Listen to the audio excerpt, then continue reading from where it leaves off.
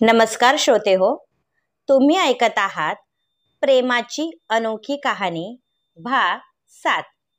गाणं संपलं आणि सर्वांनी टाळ्या वाजवायला सुरुवात केली.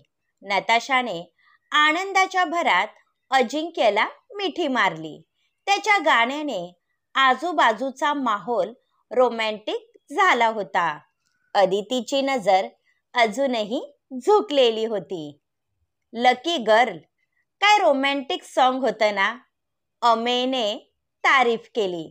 परंतु विक्रमची नजर अजूनही अदितीच्या ओढणीवर खेळली होती. त्याला फक्त एकदा तिला पाहण्याचा मोह झाला होता. खूप वेळ सर्वजण गप्पा मारत बसले होते. त्यांचं जेवण पण उरकलं होतं. नताशा, 9 वाजले, उशीर होईल, अदिती म्हणाली. माय डिअर अदू, तू घरी जाण्याचा विचारही करू नको. आपण आता बीचवर जाणार आहोत, नताशा म्हणाली. अगं पण घरी, अदितीने विचारलं. कुल बेबी, मी आंटीला सांगितलं आहे की आज रात्री तू माझ्या घरी राहणार आहे, नताशाने सांगितलं. काय, कधी, आणि हे मला का नाही सांगितलं, अदितीने विचारलं. तुला सरप्राईज द्यायचं होतं म्हणून सांगितलं नाही. चला आता अजिंक्य, तू आमच्या सोबत कारमध्ये चल, आम्हाला कंपनी होईल, नताशा म्हणाली. ए नताशा, मला घरी जायचं आहे, मी नाही थांबणार, मोनिका म्हणाली. मी अजिंक्यची बाईक घेऊन जातो, मोनिकाला मी घरी सोडवतो, रमेश म्हणाला. सर्वजण जाण्यासाठी निघाले. विक्रम आणि त्याचे मित्र पण त्यांच्या पाठोपाठ जाण्यासाठी निघाले होते. बाकीचे पार्किंग लॉटमध्ये गाडी आणण्यासाठी गेले होते.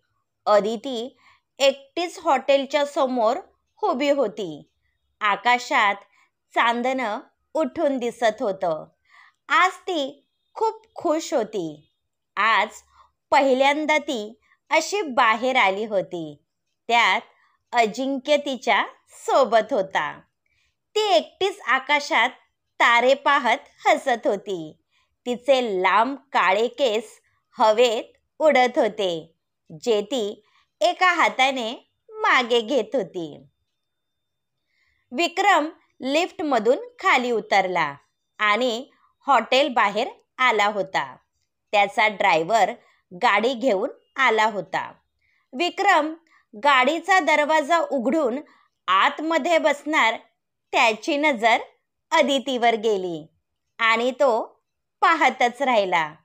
विक्रम तिच्या निरागस सौंदर्यामध्ये हरवून गेला होता.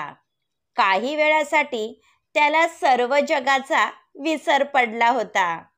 त्याने आतापर्यंत कितीतरी मुली पाहिल्या असतील, परंतु नजरेतून हृदयात उतरणारी फक्त अदिती होती.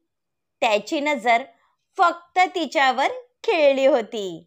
अदितीचे केस वाऱ्याने उडत होते. ती एखाद्या लहान मुलीसारखी बोटाने आकाशातील तारे मोजत होती व मध्येच ओठांवर बोट ठेवून स्वतःशी हसत होती, ज्यात ती आणखी गोड दिसत होती.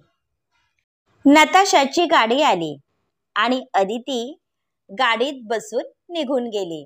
तसा विक्रम भानावर आला. त्याच्या चेहऱ्यावर स्माईल होती. तो कारमध्ये बसला आणि कार स्टार्ट झाली.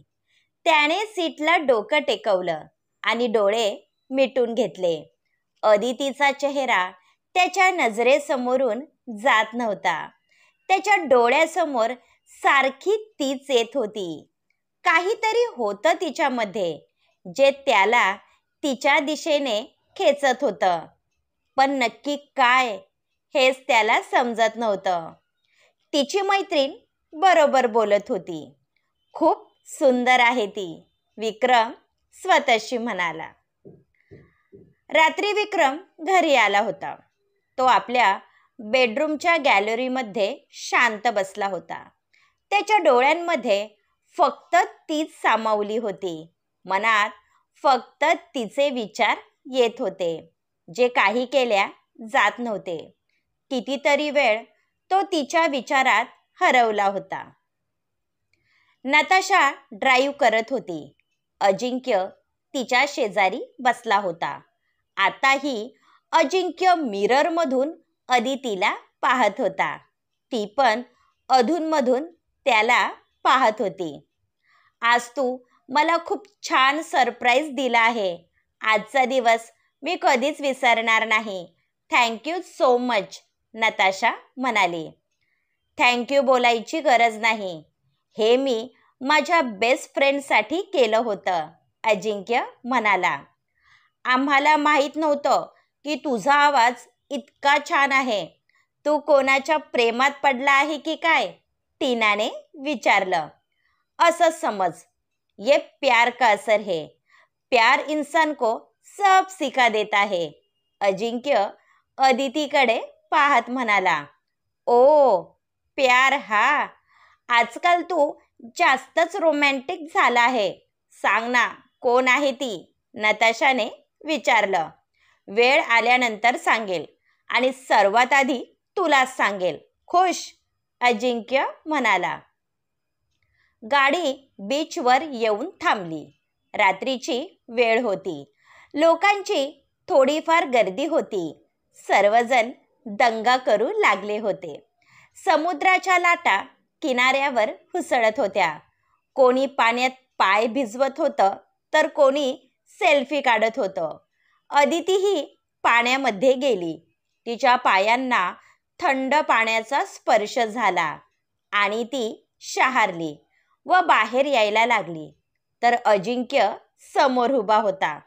साजन, अजिंक्य म्हणाला. काय? अदितीने विचारलं. सॉन्ग तुला आवडले नाही? अजिंक्यने विचारलं. मी असं कुठं म्हणाले? खूप सुंदर गायलं तू.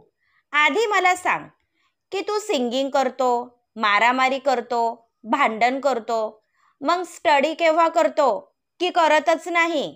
अदिती म्हणाली. दोघेही पाण्यातून चालत होते.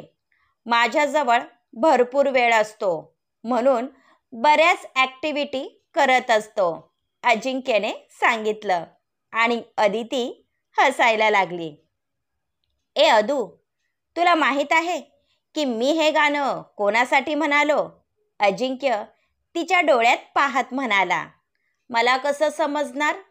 तुझ्या साजनसाठी म्हणाला असेल, हो ना? अदिती म्हणाली.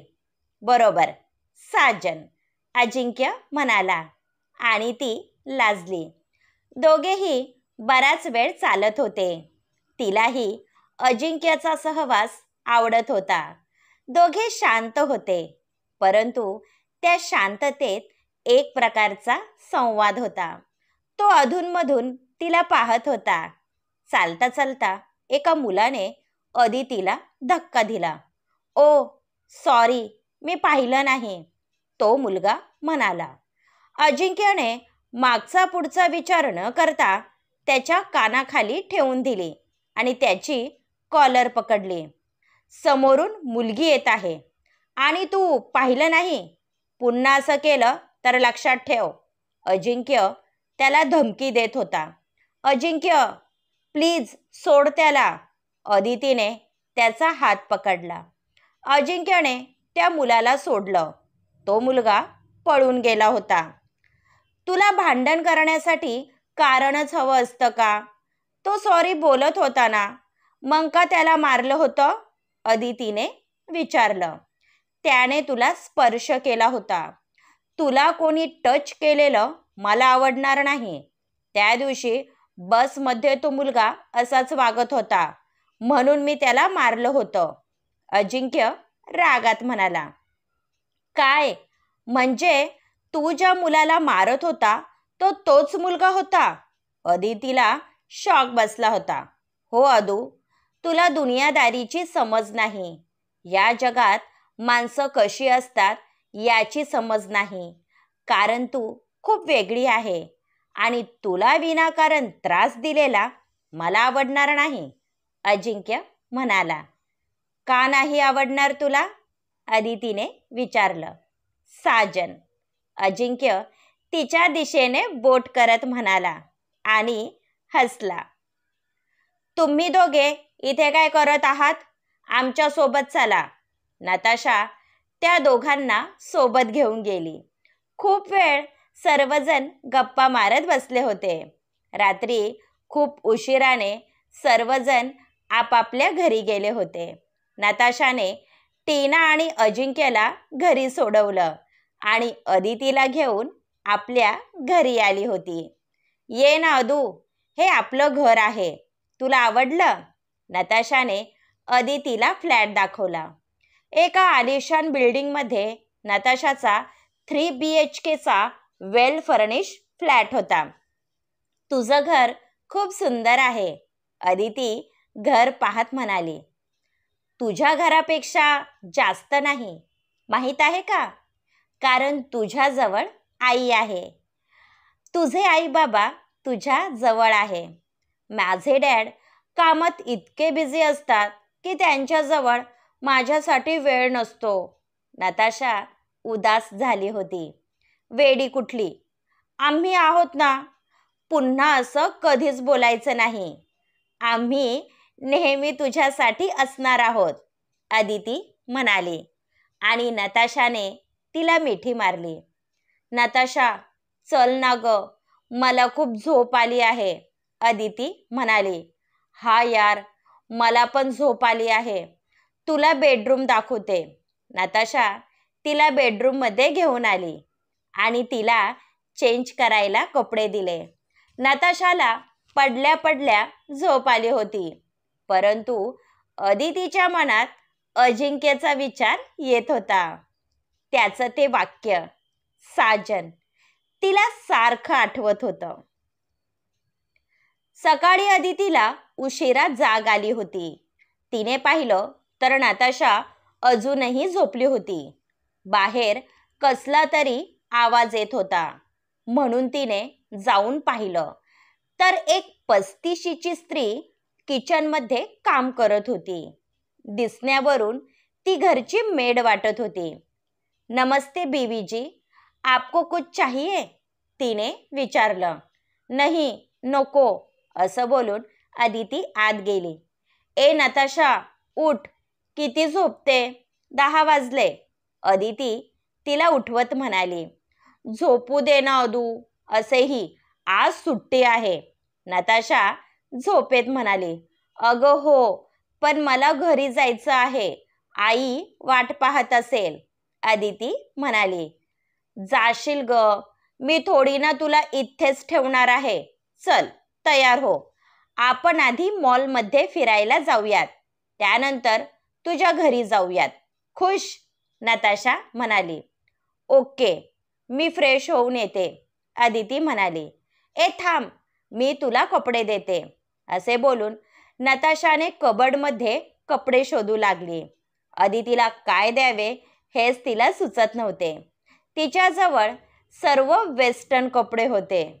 अदू, तू हा 1 पीस ट्राय कर, तुला छान वाटेल. नताशा स्काय ब्ल्यू कलरचा लॉंग 1 पीस हातात घेत म्हणाली. तुला माहीत आहे ना, मी असे कपडे घालत नाही आणि याला ओढणी सुद्धा नाही, अदिती ड्रेस पाहत म्हणाली. आधी ट्राय तर कर, मी नाश्ता झाला का पाहते, असे बोलून नताशा बाहेर गेली. अदिती फ्रेश झाली व ड्रेस घालून बाहेर आली. नताशा वेड्यासारखी तिलाच पाहत राहिली.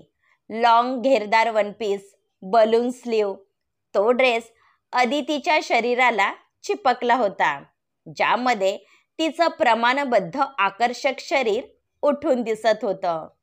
तिने केसांचा पोनीटेल केला होता. मेकअप नसतानाही ती खूप क्यूट दिसत होती. हाय, मैं मर जावा, अदू, या ड्रेसमध्ये तू सिंड्रेला दिसत आहे. तुझी फिगर तर खूप हॉट आहे. तू कॉलेजमध्ये अशी आली तर सर्व मुलं फ्लॅट होतील, नताशा म्हणाली. हो का? मी नाही घालणार हा ड्रेस, मी माझेच कपडे घालते. बाबांनी मला असं पाहिलं तर माझं काही खरं नाही, अदिती म्हणाली. पुन्हा बाबा? अगं वेडू, आपण मॉलमध्ये जाणार आहोत. घरी जाताना तू तुझा ड्रेस घातला तरी चालेल, परंतु आता हा राहू दे, नाहीतर तू मार खाशील. चल, नाश्ता करून घे, नताशा म्हणाली. तसा दोघींनी नाश्ता केला. अदितीला खूप अनकम्फर्टेबल फील झालं होतं, पण ती काही बोलायला गेली तर नताशा तिला रागात पाहायची. दोघी मॉलमध्ये फिरत होत्या. सवयीप्रमाणे अदितीचा हात सारखा खांद्यावर जात होता. बरीच मुलं वळून वळून तिला पाहत होती. तिच्या गोऱ्या शरीरावर तो ड्रेस खूप सुंदर दिसत होता. नताशाने काही शॉपिंग केली आणि दोघी निघाल्या. ए अदू, खूप पाय दुखत आहे, चल ना, थोडा वेळ कॉफी शॉपमध्ये बसूयात, नताशा म्हणाली. ओके, त्या बॅग माझ्याजवळ दे. अदितीने तिच्या हातातून बॅग घेतल्या आणि दोघी कॉफी शॉपमध्ये गेल्या. नताशाने एक कॉफी आणि कोल्ड्रिंक ऑर्डर केली. यार, आता उद्यापासून कॉलेज सुरू होईल. मला तर खूप बोर झालं आहे. मी अजून स्टडीला सुरुवात केली नाही, नताशा म्हणाली. तू माझ्या घरी येत जा, आपण एकत्र स्टडी करूयात, अदिती म्हणाली. वेड लागले मला. तुझे बाबा माहीत आहे ना कसे आहे. त्यांनी जर माझी स्टडी घेतली तर एकतर मी त्यांच्यासारखे होईल, नाहीतर ते माझ्यासारखे होतील, नताशा म्हणाली. म्हणजे? अदितीने विचारलं. अगं, मला शिकवता शिकवता ते स्वतः सर्व काही विसरून जातील, नताशा म्हणाली आणि दोघी मोठमोठ्याने हसायला लागल्या. अरे, तो पहा अजिंक्य, ए अजिंक्य, नताशाने आवाज दिला. अजिंक्य एका मित्रासोबत बसला होता. नताशाने आवाज दिला तसा तो त्यांच्या जवळ आला. तिने जो ड्रेस घातला होता त्यामुळे तिला ऑकवर्ड फील झालं होतं. त्यात तिने पहिल्यांदा ओढणी घेतली नव्हती. हॅलो नताशा, रात्री इतका वेळ फिरत होती तरी तुझं मन भरलं नाही का, अजिंक्यने विचारलं. फक्त आजचा दिवस, असेही उद्या कॉलेज आहे. हे अजिंक्य, आपली अदू पहा, या ड्रेसमध्ये किती हॉट दिसत आहे ना, नताशा म्हणाली. त्याने अदितीकडे पाहिलं. ती अदिती आहे यावर त्याचा विश्वास बसत नव्हता. तिने नजर चोरली आणि दोन्ही हात खांद्यावर ठेवले. क्रमश. पुढील पार्ट ऐकण्यासाठी चॅनलला सबस्क्राईब करा. धन्यवाद.